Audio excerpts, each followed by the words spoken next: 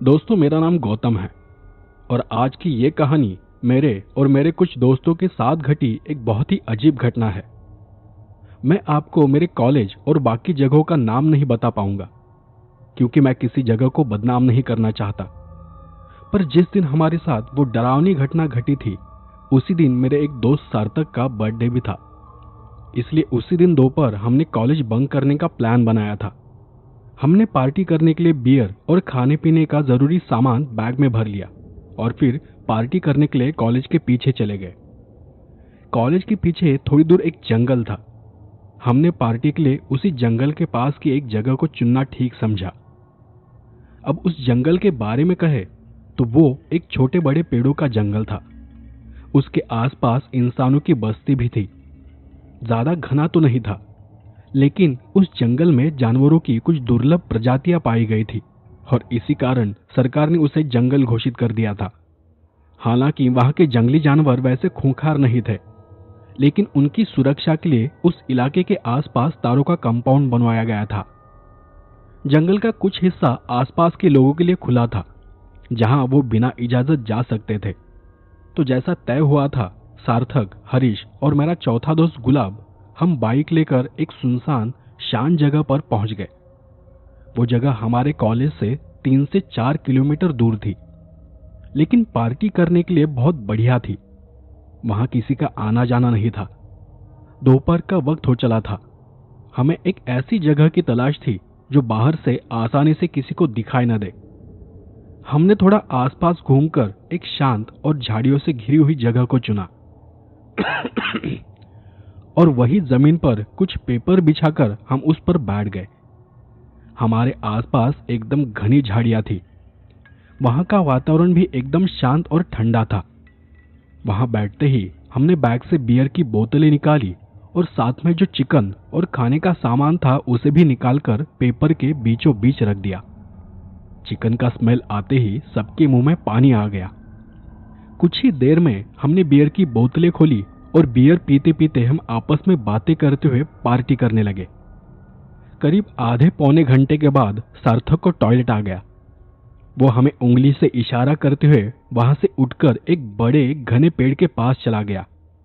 उसी बीच बातें करते करते मेरा ध्यान सार्थक की तरफ गया। जब मैंने उसे देखा तब वो अजीब तरह से अपने शरीर को झटक रहा था। मैं अपनी जगह से उठकर उसकी तरफ बढ़ने लगा कि वो अपने शरीर को झटकते हुए करीब करीब नीचे गिर पड़ा। मैं जल्दी से उसके पास चला गया। मैंने उसे उठाने के लिए उसको हाथ लगाया, तभी वो झट से उठकर बैठ गया और उसने एक अजीब ही आवाज में कहा, ठीक हूं, मैं ठीक हूं। मुझे लगा शायद बियर पीने के कारण उसका बैलेंस चला गया होगा और वो जमीन पर गिर पड़ा होगा। हम दोनों आकर फिर से अपनी अपनी जगह पर बैठ गए। सार्थक बियर पीने लगा। हम बाकी तीनों भी आपस में बातें करते हुए अपनी अपनी बियर पी रहे थे। लेकिन तब हमने देखा कि सार्थक ने एक के बाद एक 3 बियर की बोतलें एक झटके में खाली कर दी। और इतना ही नहीं, वहां जो चिकन रखा था वो भी उसने किसी जानवर जैसे खाकर खत्म कर दिया।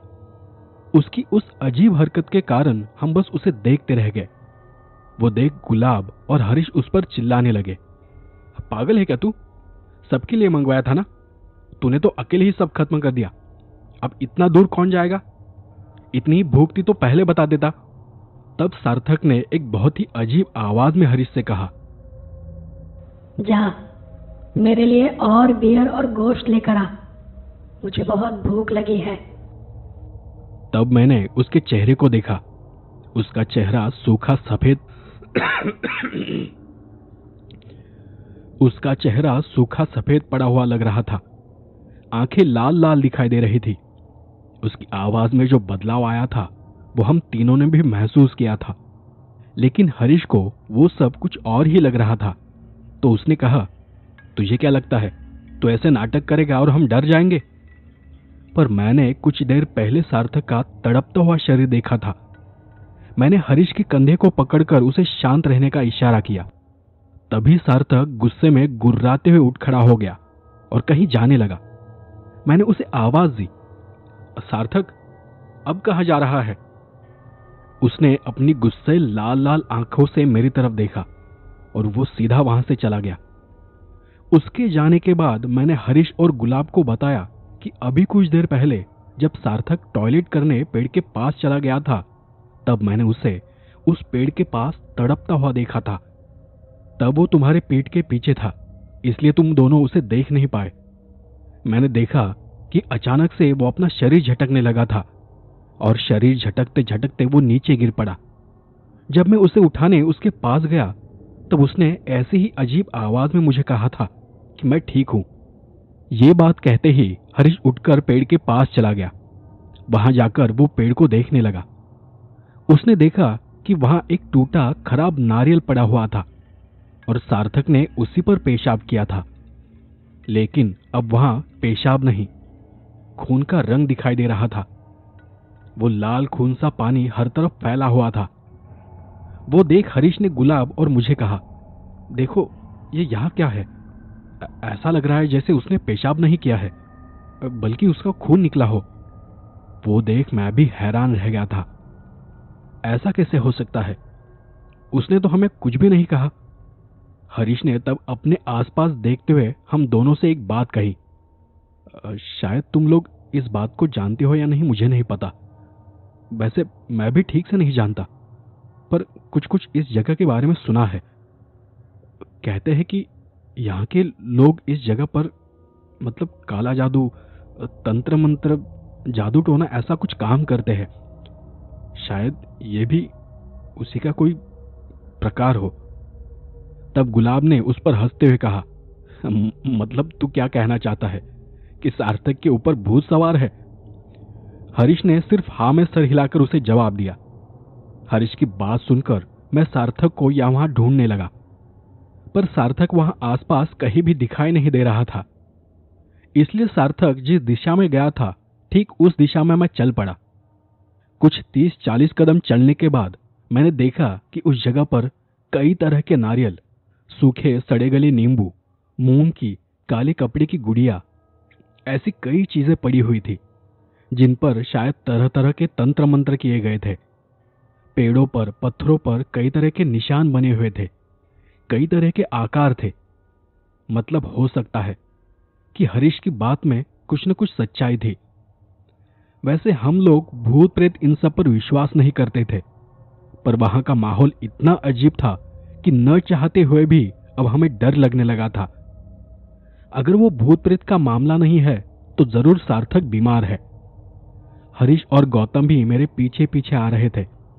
वहां वो सब देख वो भी चौंक गए थे। तब मैंने हरीश से कहा, चलो चलकर सार्थक को ढूंढते हैं और उसे जल्दी से यहां से लेकर कहीं दूर चले जाते हैं। सबको मेरी बात ठीक लगी। उस वक्त वहां से निकल जाना ही हमारे लिए बेहतर था।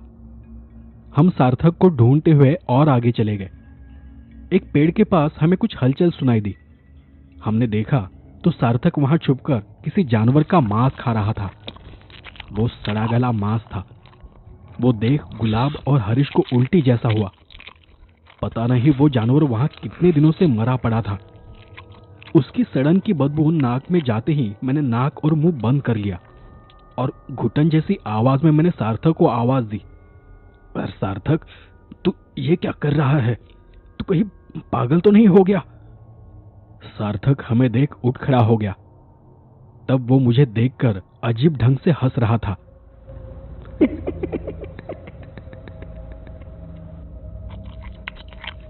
मैंने देखा कि उस सड़े हुए मांस पर कई तरह के कीड़े रेंग रहे थे। उस पर हर तरफ मक्खियां भिनभिना रही थी। वही हाल हरीश के मुंह का था। उसके चेहरे पर भी अब मक्खियां भिनभिनाने लगी थी। मुंह पर कीड़े रेंग रहे थे, पर उसे उस बात का जरा भी फर्क नहीं पड़ रहा था। हरीश और गुलाब वो देख वहां से दूर चले गए, पर मैं समझ चुका था कि सार्थक को हमारी जरूरत है। अब मेरा शक यकीन में बदल गया था कि उसे सच में हमारी मदद की जरूरत थी। मैंने अपने रुमाल से उसका मुंह पोंछ लिया और उसके हाथ और मुंह को साफ करते हुए वहां से दूर लेकर चला गया। मैंने महसूस किया कि वो किसी पुतले जैसा बन चुका था। हम दोनों बाइक की तरफ चले जा रहे थे और मैं सार्थक से कई सवाल पूछ रहा था, पर वो मेरी किसी भी बात का कोई भी जवाब नहीं दे रहा था।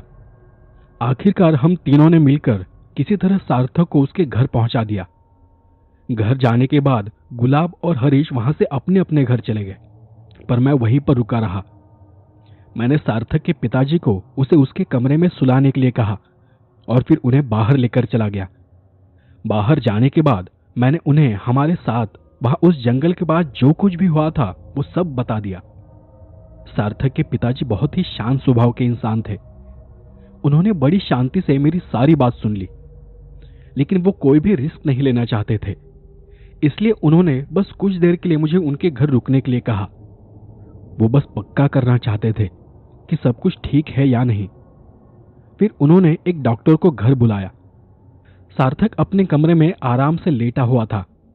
डॉक्टर ने उसके मुंह की, उसके पेट की जांच की, उससे जबरदस्ती उल्टी करवाई और फिर उसे कुछ दवाइयां दी। अंधेरा होने तक उसने कोई आवाज नहीं की, वो बस शांत पड़ा रहा। फिर धीरे धीरे रात हो गई। ऐसा लग रहा था कि सार्थक की तबीयत ठीक हो रही है। मैं वहां से जाने ही वाला था कि सार्थक के घर वालों ने कहा कि अब रुके हो तो खाना खाकर ही जाओ। सार्थक के जन्मदिन पर उन्होंने उसका पसंदीदा खाना बनवाया था। घर वालों के आग्रह के चलते मैं वहीं पर रुक गया।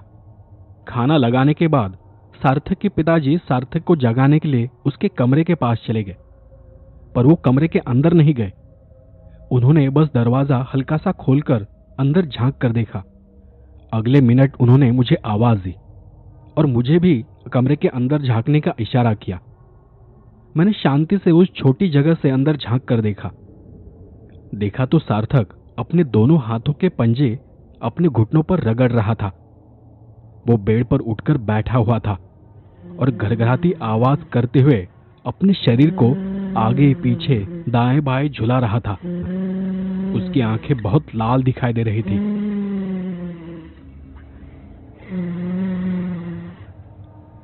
मैंने इशारे से सार्थक के पिताजी को हल्की आवाज में बताया कि ऐसा ही कुछ जंगल में भी हुआ था। सार्थक के पिताजी बड़े आराम से दरवाजे से थोड़ा दूर खड़े हो गए और वहां खड़े होकर उन्होंने आराम से सार्थक को आवाज दी, सार्थक बेटा, खाना लग गया है, चलो जल्दी से आ जाओ। मैंने देखा कि उनकी आवाज सुनते ही सार्थक अचानक से नॉर्मल हो गया। उसकी आंखें, उसका शरीर एकदम ठीक हो गया और उसने हड़बड़ाते हुए यहां वहां देखकर उनकी बात का जवाब तक दिया, जी पिताजी, आ रहा हूं। अब इस बार उसकी आवाज फिर से बदल चुकी थी, पर हमने उसका असली रूप देख लिया था। हम सभी शांति से खाने की जगह पर बैठ गए। कुछ ही देर में सार्थक वहां आ गया। उसके पिताजी ने उस वक्त जानबूझकर बाहर से थोड़ा चिकन मंगवाया था। जब हम सब खाना खाने बैठे तो उन्होंने उस चिकन का पैकेट खोलकर सार्थक से दूर रख दिया। सार्थक बार बार चिकन की तरफ देख रहा था। जब सार्थक की मां उसे चिकन परोसने लगी तब उसके पिताजी ने उसे दूर हटाते हुए कहा, अरे नहीं, उसकी तबीयत खराब है ना, डॉक्टर ने उसे चिकन खाने से मना किया है। आज वो बस दाल रोटी और ये करेले की सब्जी खाएगा। और ऐसा कहते हुए उन्होंने उनके पास रखी करेले की सब्जी सार्थक की थाली में परोस दी। तब हमने महसूस किया कि ऐसा करते ही सार्थक के चेहरे का रंग बदलने लगा था। वो जोर जोर से सांस ले रहा था, जैसे वो बहुत गुस्से में हो। उसकी आंखें लाल लाल हो रही थी, हाथ पांव गुस्से से थरथरा रहे थे। वो अजीब तरह से घरघराती हुई आवाज में बोला,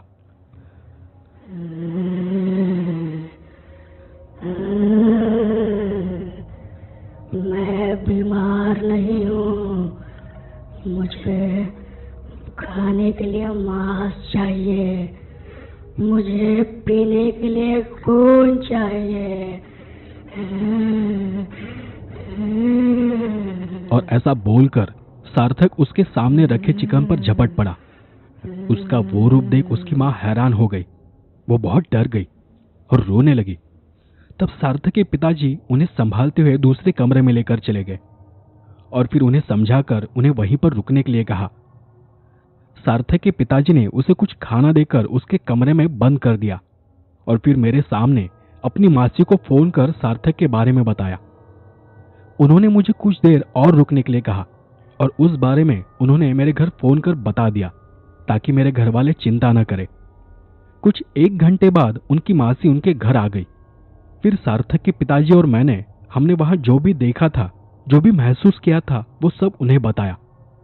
मासी ने सार्थक के पिताजी से पूछा, क्या तुम्हें पूरा यकीन है कि वो बीमार नहीं है और उस पर किसी बुरी आत्मा का साया है? सार्थक के पिताजी ने बड़ी शांति से अपनी गर्दन हाँ में हिलाकर जवाब दिया। फिर मासी जी कुछ मंत्र बुदबुदाने लगी और वैसे करते हुए वो सार्थक के कमरे के पास चली गई। उन्होंने अपने झोले से कुछ भस्म निकाला और उससे दरवाजे पर त्रिशूल का आकार बनाया। वो त्रिशूल का आकार बनाते ही कमरे के अंदर से एक अजीब तरह से झटपटाहट की आवाज आने लगी और सार्थक अंदर से जोर जोर से चीखने लगा, कौन है बाहर? कौन है बाहर? तुम मुझे यहाँ से नहीं भगा सकते, मैं इसे अपने साथ ले जाऊंगी। पर मासी जी ने बड़े आराम से हमारी ओर देखते हुए कहा, डरने की कोई जरूरत नहीं है। अब वो जो भी है वो इस कमरे से बाहर नहीं जा सकती। फिर भी तुम यही खड़े रहकर उसका ध्यान रखना और जब मैं आवाज दूं तो उसे पूजा घर में लेकर आना। तब तक मैं कुछ तैयारी कर लेती हूं। और उन्होंने सार्थक के कमरे के बाहर ठीक दरवाजे के सामने कुछ अजीबोगरीब सामान निकाल कर रख दिया, जैसे कि टूटे कंगन, बालों का गुच्छा, नाखून, काले कपड़े का टुकड़ा, चप्पल का टुकड़ा, ऐसा कुछ। वहां और भी बहुत ही अजीबोगरीब सामान था। फिर वहां बैठ मासी जी ने कोई मंत्र बोलना शुरू किया। उसी के साथ सार्थक कमरे के अंदर से और जोर जोर से चिल्लाने लगा, चली जाओ यहाँ से, मैं इतनी आसानी से यहाँ से नहीं जाने वाली। मैं तुम्हारे परिवार का सर्वनाश कर दूंगी। सार्थक ये सब बोल रहा था तब घर में सभी लाइट बंद चालू हो रही थी। उसके कमरे से एक बहुत ही अजीब सड़न की बदबू पूरे घर में फैल रही थी। वो जोर जोर से दरवाजे को पीटने लगा और फिर अगले ही पल सब अंधेरे में डूब गया। सब कुछ एकदम शांत हो गया। पूरे घर की लाइट चली गई थी। सब तरफ अंधेरा फैल गया।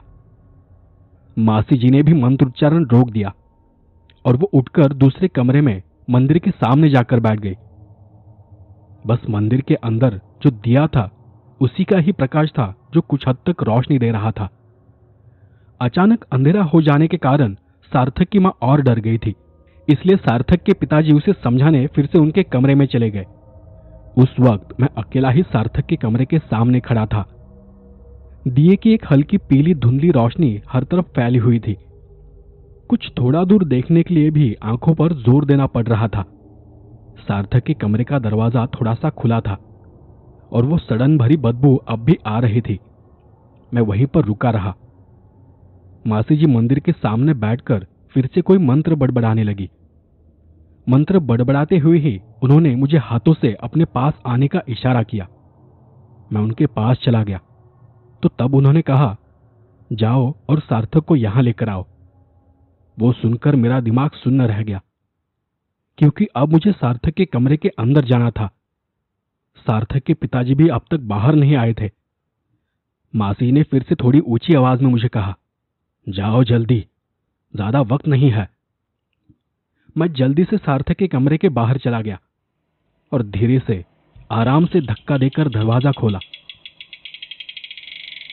कमरे में हर तरफ घना अंधेरा था। उस अंधेरे में अंदर का कुछ भी दिखाई नहीं दे रहा था। मैंने थोड़ी हिम्मत की और मोबाइल टॉर्च ऑन कर कमरे के अंदर कदम रखा।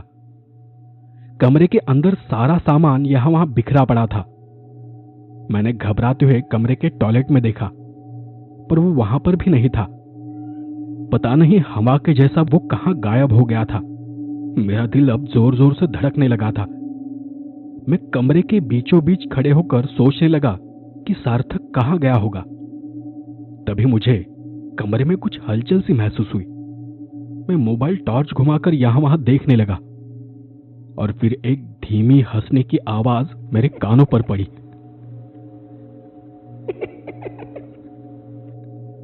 मैंने झट से झुककर बेड के नीचे देखा।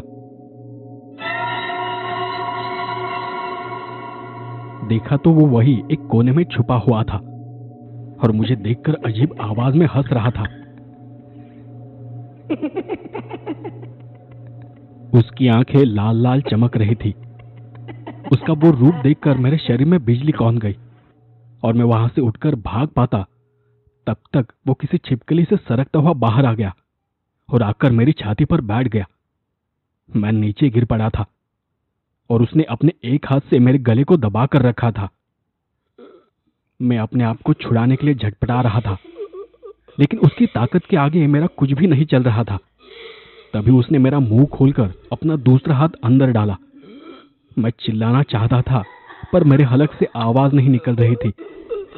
शायद कुछ एकाध मिनट मैं उसी हालत में पड़ा रहता तो मैं वहीं पर दम तोड़ देता। लेकिन मेरा नसीब अच्छा था कि उसी पल सार्थक के पिताजी वहां आ गए। उन्होंने सार्थक को मेरी छाती से दूर किया। मैं घबराया हुआ बस वहां पड़ा हुआ था। सार्थक के पिताजी मुझे उठाकर वहां से बाहर ले गए और सार्थक की मां के पास छोड़कर उन्हें मेरा ख्याल रखने के लिए कहा। वो फिर से उस कमरे से बाहर चले गए। मैं वही बेड पर पड़ा रहा। कुछ देर बाद हमें बाहर से सार्थक के चीखने की, उसकी उल्टी करने की, चिल्लाने की आवाजें आती रही। बहुत ही अजीब आवाजें थी। बाहर क्या चल रहा था हमें कुछ पता नहीं था, लेकिन हमें बाहर जाने की इजाजत नहीं थी। करीबन आधे घंटे तक बाहर कुछ तो चलता रहा। फिर अचानक से सब कुछ एकदम से शांत हो गया। सार्थक पर किसी तरह की पूजा की गई थी, जिससे उसके शरीर पर जिस प्रेतात्मा ने कब्जा किया था उसे बाहर निकाला गया था। सब शांत होने के बाद मैं बाहर चला गया। सार्थक उसके कमरे में आराम से सो रहा था। सार्थक के पिताजी, मासी सब ठीक लग रहे थे। तब सार्थक के पिताजी मुझे मेरे घर छोड़ने चले आ गए, लेकिन मेरे साथ हुए हादसे के कारण उन्हें बहुत बुरा लग रहा था। वो बार बार मुझसे सॉरी कह रहे थे, लेकिन सच कहे तो इसमें उनकी कोई गलती नहीं थी। जो भी गलती थी हमारी थी। न हम उस जंगल के पास जाते और न सार्थक के साथ ये सब कुछ होता। 2 दिन बाद मेरी सार्थक से कॉलेज में फिर से मुलाकात हुई। हम दोनों भी उसके साथ हुए हादसे के बारे में बातें कर रहे थे और बातें करते करते उन पर हंस रहे थे। लेकिन सार्थक का यह कहना था कि पार्टी के वक्त उसे बहुत ही जोर की पेशाब आई थी और वो उठकर वहां से चला गया था। यहीं तक उसे याद है। उसके बाद उसके साथ क्या हुआ क्या नहीं उसे कुछ भी पता नहीं था। वो सब ऐसा था जैसे उसके जिंदगी से कुछ घंटे गायब हो गए हो।